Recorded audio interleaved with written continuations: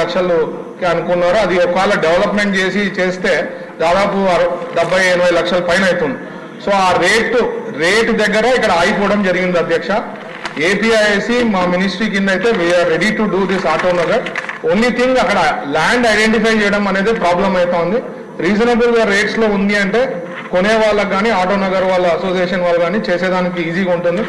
So అందుకనే సభ్యులతో మాట్లాడడం జరిగింది. త్వరలో ఒక ల్యాండ్ ఐడెంటిఫై చేస్తామన్నారు. అది ఐడెంటిఫై చేసిన వెంటనే సొల్యూషన్ ఇస్తానని చెప్తున్నాను అధ్యక్ష. Thank you. ధన్యవాదాలు అధ్యక్ష. ఆదిశాది గారు. ధన్యవాదాలు అధ్యక్ష. నేను కర్నూలు జిల్లా ఆదోనిలో ఏర్పాటు చేయాల్సినటువంటి ఆటో నగర్ గురించి మీ ముందు కొన్ని విషయాలు చెప్పాలనుకున్నాను అధ్యక్ష.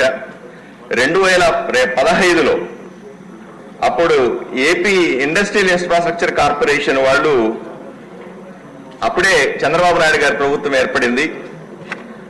ప్రతి ఊర్లో కూడా ఎందుకు ఆదోని అంటే ఆదోని ఒకప్పుడు రెండవ బాంబే అనేవాళ్ళు అధ్యక్ష. స్పిన్నింగ్ మిల్లు, జిన్నింగ్ మిల్లుతో బ్రహ్మాండంగా ఉండేది. అప్పట్లో సుమారుగా 10,000 మంది స్కిల్డ్ వర్కర్స్ ఆదోనులే ఉండేవాళ్ళని 30 సంవత్సరాల కింద చెప్తారు అధ్యక్ష.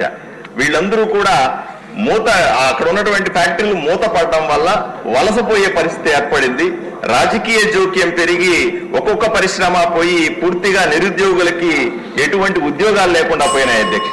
దీని దృష్టిలో పెట్టుకుని అప్పట్లో చంద్రబాబు నాయుడు గారి ఆదేశాల మేరకు అప్పట్లో ఏపీఐసి వాళ్ళు 69 ఎకరాలు దాన్ని కల్లబావి విలేజ్ లో ఏర్పాటు చేస్తామని నోటిఫై చేశారు అధ్యక్ష. దాని రెస్పాన్స్ తో ఆదోని మెకానికల్ ఇంజనీరింగ్ అసోసియేషన్ వాళ్ళు సుమారుగా 2,000 మంది చిన్న చిన్న ఫ్యాక్టరీలు, చిన్న రిపేర్ చేసుకునే వాళ్ళు, సైకిల్ రిపేర్ చేసుకునే దగ్గర నుంచి ఫ్యాక్టరీల్లో చిన్న స్పేర్ పార్ట్స్ తయారు చేసే వాళ్ళ దాకా ఉన్నటువంటి అసోసియేషన్ అధ్యక్ష ఇది. వాళ్ళు ఏం చేశారంటే చిన్న వాళ్ళ ఫ్యాక్టరీలన్నీ కలిపి సుమారుగా ఏపీఐసికి 33 లక్షల రూపాయలు డిపాజిట్ చేశారు ల్యాండ్ కొనిమ్మని. దానికి ఒప్పుకొని 69 ఎకరాలు ఇస్తామని ఏపీఐసి చెప్పింది అధ్యక్ష. కానీ ఇక్కడే కథ అదం తిరిగింది అధ్యక్ష. 2019లో జగన్మోహన్ రెడ్డి గారి ప్రభుత్వం రాగానే కల్లుబావిలో 69 ఎకరాలు 170 సర్వే నెంబర్లో ఇస్తామని చెప్పిన వాళ్ళు మాట మార్చి అక్కడ మీకు డబ్బులు సరిపోవు లేదా అక్కడ ల్యాండ్ ఇవ్వడానికి సిద్ధంగా లేదు అని చెప్పి కొత్తగా మండగిరిలో 43 ఎకరాలు ఇస్తాము 2211/123 సర్వే నెంబర్లో ఇస్తామని కొత్తగా మాయమాటలు చెప్పారు. ఇంతకుముందు ఏపీఐసికి చెందినటువంటి ల్యాండ్ కబ్జా చేసుకున్నారు. అదే ఆదోని పరిశ్రమలకు ఎంత పాపులరో కబ్జాలకు కూడా అంతే పాపులర్ అధ్యక్ష. గత 10 సంవత్సరాలుగా ఉన్నటువంటి వైఎస్ఆర్సీపీ ఎమ్మెల్యే చేసిన ఊర్లో చేసిన కబ్జాలతో ఇప్పటికీ మేము బాధపడుతున్నాం అధ్యక్ష. పోనీ ఆ ల్యాండ్ ఏమైనా ఇస్తారంటే దాన్ని కూడా పట్టించుకోకుండా వదిలిపెట్టేశారు అధ్యక్ష. 2023-24 ఒకే నిమిషం అధ్యక్ష, ఎందుకంటే ఈ ఫ్యాక్ట్స్ అధ్యక్ష, డాక్యుమెంటరీ ఫ్యాక్ట్స్ అధ్యక్ష. 2023-24 వచ్చేసరికి ఆ ల్యాండ్ ను కూడా ఆక్రమించుకొని మందగిరిలోనే ఇంకో 100 ఎకరాలు ఇస్తాము అని చెప్పి ఇప్పటికి కూడా మభ్యపెట్టే ప్రయత్నం చేసి రాజకీయాలు చేశారు అధ్యక్ష.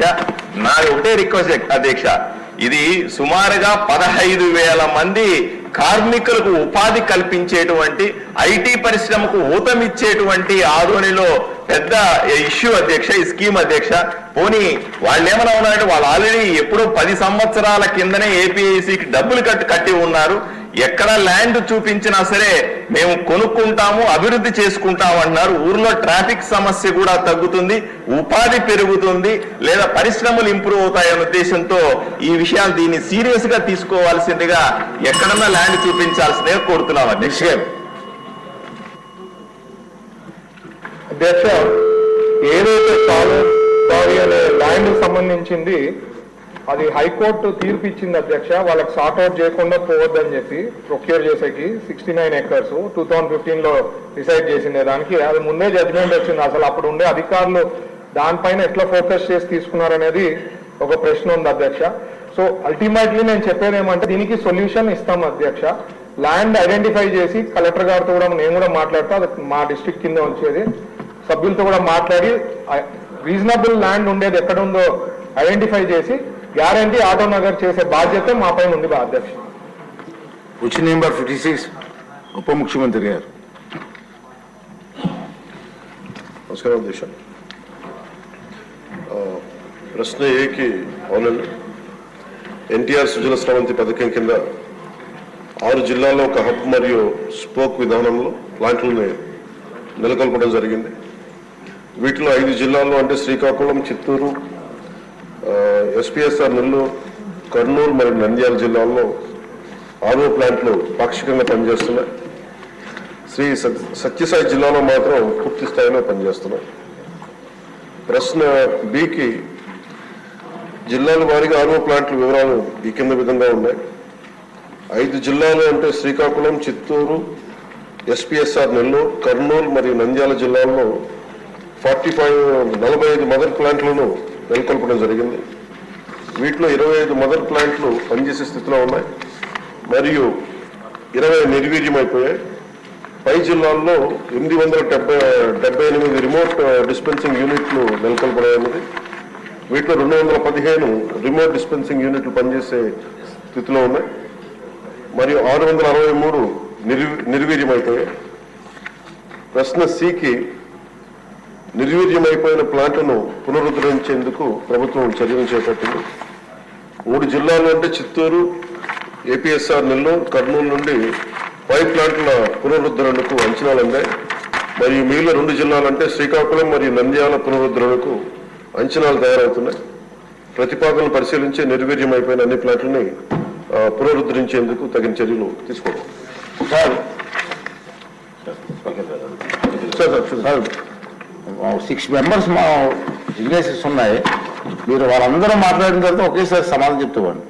ఈచ్ వన్ డైరీ కాకుండా. సరే సార్. సురేష్ గారు, కాకర్ల సురేష్ గారు. ధన్యవాదాలు అధ్యక్ష. గౌరవ పవన్ కళ్యాణ్ గారికి ధన్యవాదాలు తెలుపుకుంటా ఉన్నాను వారు ఇచ్చిన సమాధానానికి. అధ్యక్ష, నాకు ఒక్క నిమిషం మీరు ఎక్కువ ఇవ్వాలి అధ్యక్ష. ఈసారి ఇది ఉదయగిరి నియోజకవర్గంలో 30,000 కుటుంబాలకు సంబంధించిన డ్రింకింగ్ వాటర్ సమస్య అధ్యక్ష. మంత్రి గారు చెప్పినట్టుగా 8 మండలాల్లో ఒక్కొక్క మండలంలో ఒక్కొక్క మదర్ ప్లాంట్, అలాగే ఒక మండలానికి 22 నుంచి 25 డిస్పెన్సర్ ఆర్డీయూస్ బిల్డ్ చేయడం జరిగింది. అలాగే ఒక్కొక్క మండలానికి 4-5 వాటర్ ట్యాంకర్స్ కూడా పెట్టడం జరిగింది. అంటే ఒక 10,000 లీటర్లు గంటకి 10,000 లీటర్లు ప్రొడ్యూస్ చేసే మదర్ ప్లాంట్లు ఉన్నాయి అధ్యక్ష. కేవలం 8 మండలాల్లో ఒక్క మండలం మదర్ ప్లాంట్ దాదాపుగా 1.5 year వర్క్ చేసింది.